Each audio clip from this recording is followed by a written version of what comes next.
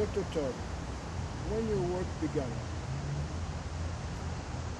By that I take you mean using novel technologies of light for health purposes.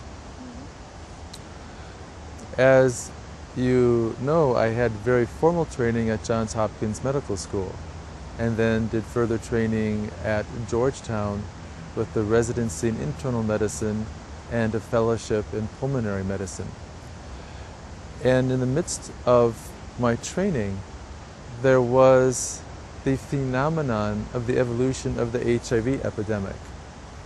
And as it became known what the biology of that condition was, it became clear that any medical treatment had to work at a very basic level of cell chemistry, one that was likely to have many side effects. So in my training, particularly towards the end of my training, as I was working with these patients, I had an inspiration about the nature of the chemistry of HIV and how that related to human chemistry. And that intuition was that the three-dimensional folding structure of nucleic acid derived from the virus, I felt logically would be somewhat different from the human. And that if there were a different structural pattern, there may be a different vibrational resonance between the viral versus human. And if there is a resonance difference, that there could potentially be a technology that could apply that resonance to have a literal selective therapy for neutralizing HIV in a cell without causing any other undue effects in the cell. That inspiration resulted in my taking a little unusual path after I completed my training, which was moving to California to work with various people studying energy and frequency and vibration to look for the insights into how one could create a technology that could apply frequencies as subtle as differentiating different types of DNA structural configurations. And in the context of that search, there was a meditation experience in which there was a vision. And this vision had to do with what I would describe as a type of intuitive communication with DNA that gave another level of insight into the structure and the electromagnetic relationship of how DNA folds and to how DNA's activity is regulated. So this further inspiration gave other insights into the use of using electromagnetic frequencies as the way to actually tune into and modify the structures. With that insight, it took additional study to look at work that had been done before, and ultimately finding a colleague in Scotland who thought the concept was improbable but not impossible. And with this colleague, we created a way to take an ordinary laser and reconfigure it into a sophisticated enough resonance structure, signature structure, that we could attune it down to the level of particular molecules, say in HIV. And in our very early experiments using this concept with HIV, we saw that we could indeed take an infected cell, apply this to it, and result in the cell producing much less HIV, even reversing the sick appearance of the cells under a microscope and having no harmful effect on the cell. And once we created this platform to apply to HIV, we had a very powerful general platform to look at the structure of a molecule and apply resonance to change the shape, structure, and function of a molecule. And in biology, shape is very important. Enzymes and receptor systems and cascades of function are highly sensitive to structure, and even small structural changes can make a big difference. So it's given us a major avenue to look at many other applications for improving the effects of cell chemistry in the body. I have a question about this. You said that you work with lasers. Through what? Lasers is light or is sound also? Laser produces light, and in the technology Create, we produce wave packets that have frequency signatures modulated onto them. So we start out with light and light packets, and nonetheless, the effect that that has on a molecule also relates to what are called acoustic or sound-like resonances in the molecules. So although we're starting with light, we're influencing frequencies at the level of light as well as at the level of sound. What about the intent? The intent that Ryan says, the intent that Peggy works with, our intent, how it modifies the frequencies of our cells. Well, that's a much more esoteric question. So that's a much more esoteric question and gets into the issues of what is the relationship between the influence of consciousness and physical reality itself. It gets down to the fundamental quantum physics issue: is light a wave or a particle? Until one actually looks at the wave structure, it is an undifferentiated system. It's only the act of observation that collapses the probability waves into what may appear to be a particle.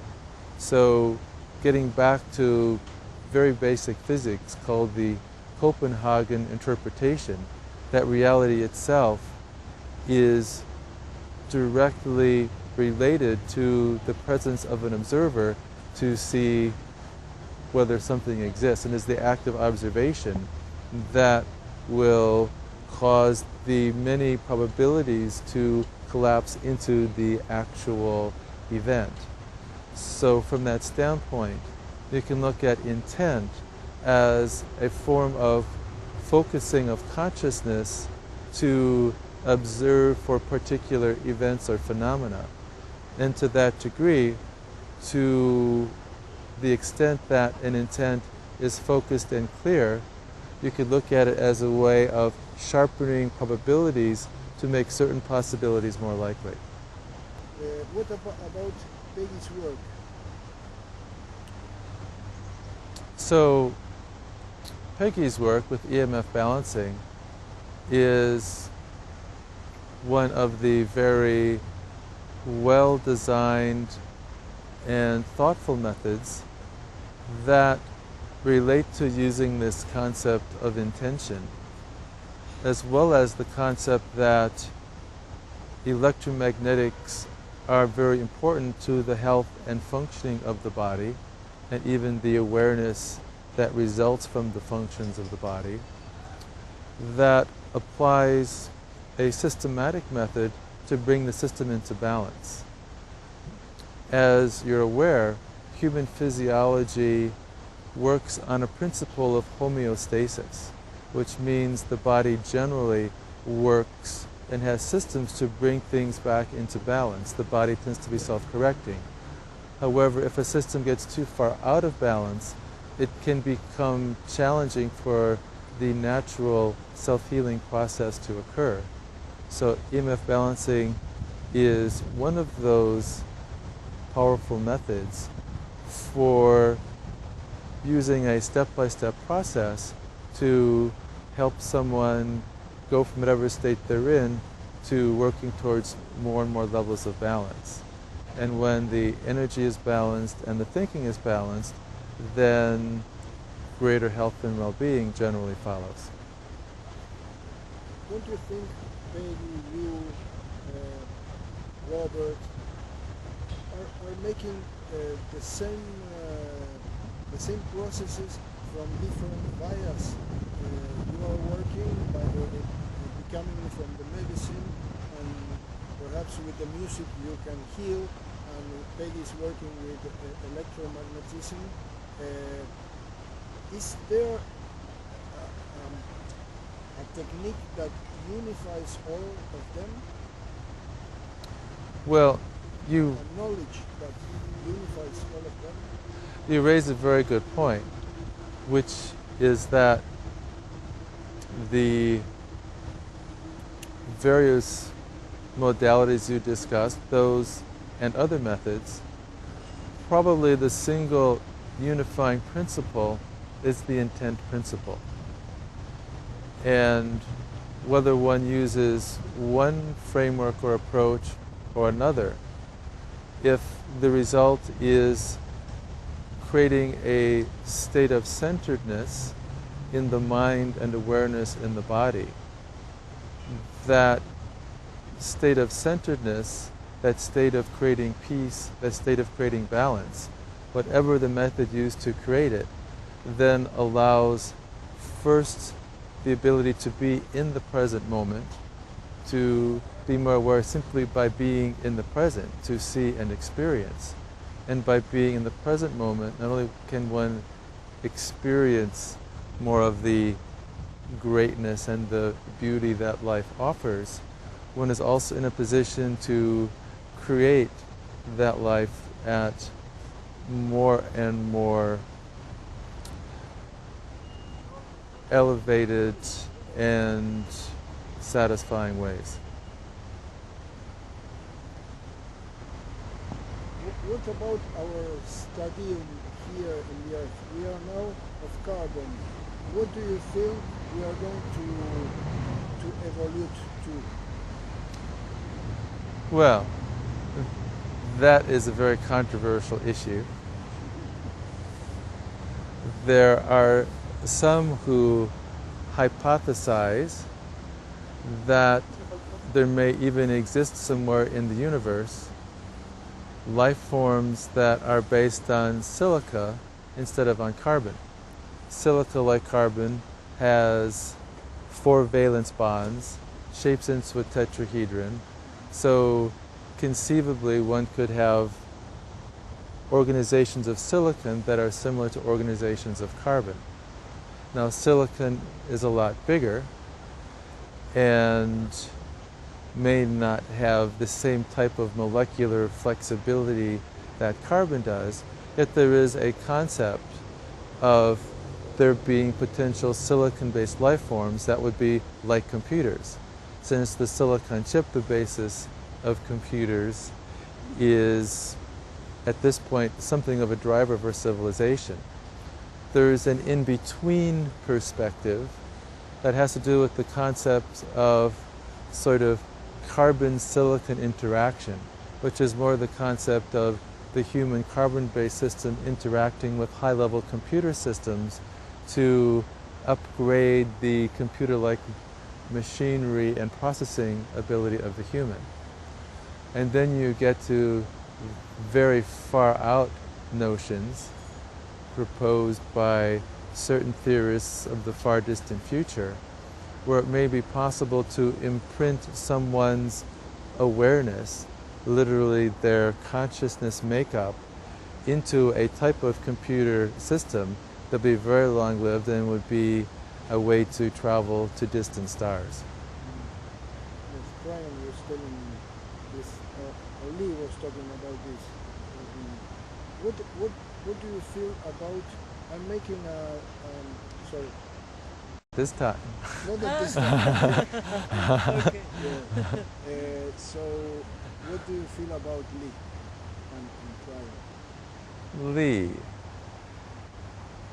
I feel, is one of those courageous people who began with a very successful career doing very conventional work in sound engineering and became inspired with the ability to receive information of a very intriguing level, and one can argue what the actual source of that information is, and I prefer to actually look at the quality and usefulness of the information. And Olivier's had the courage to be inspired to receive information that he describes as coming through an energy and awareness called cryon, to bring messages that go all the way from very high science, and some of the predictions that cryon has made have already come true, and the predictions are made in advance of the discoveries or observations, some of which are things that would really not be easily predictable, so that gives some credibility, significant credibility, to the potential usefulness and accuracy of the information being provided. And it goes all the way from that to very simple, elegant information for how to lead a more successful, more efficiently manifesting, happier life. So it's a body of work that I find very outstanding in its information quality, and I believe is a very nice contribution to the information people can use to move themselves from one place to another place. One more. Whales. What about whales? What do you feel whales are, and how they help us in the earth? Whales, if you look at it from one perspective, have by far the largest brains of any creature on Earth. And one might wonder if a whale had opposable thumbs, and the interest to the degree of creation technically and artistically whales would be capable of. It's quite interesting, quite recently there was a discovery about the structure of the brains of whales, which was the observation of a particular type of neuron structure in the brain that is only otherwise seen in humans and higher apes. So the brain of the whale, though much larger than that of the human, has certain structures that are only otherwise seen essentially in human brains. So there's a great correlation from the neurologic and brain level. And for that purpose alone, there, I believe, is great interest in the whales. What has drawn me especially to the arena of whale research is the song of the whales, the particular tone and tonal patterns that the whales make that appear to have very profound effects on awareness, that listening to that sound for even 15 minutes can allow someone to go from a tense and agitated state to a very calm and peaceful state. So I think there may be something very therapeutic and very profound in understanding this further. This connection deepens with research done at UCLA, and it was a very elegant concept. The research took stem cells from humans, human stem cell lines, of cell lines that are to become human heart cells. So stem cells that will become heart cells because the heart beats in a regular way. The stem cells at a part in their developmental cycle will begin to pulsate in a rhythmic way. So the researcher felt if there's a rhythmic pulsation, in a sense it's like a speaker. So he developed a system for amplifying the vibration of that pulsation. And when he amplified the vibration from the rhythmic pulsing of human heart stem cells, the sound basically was the same sound as the song of the whales.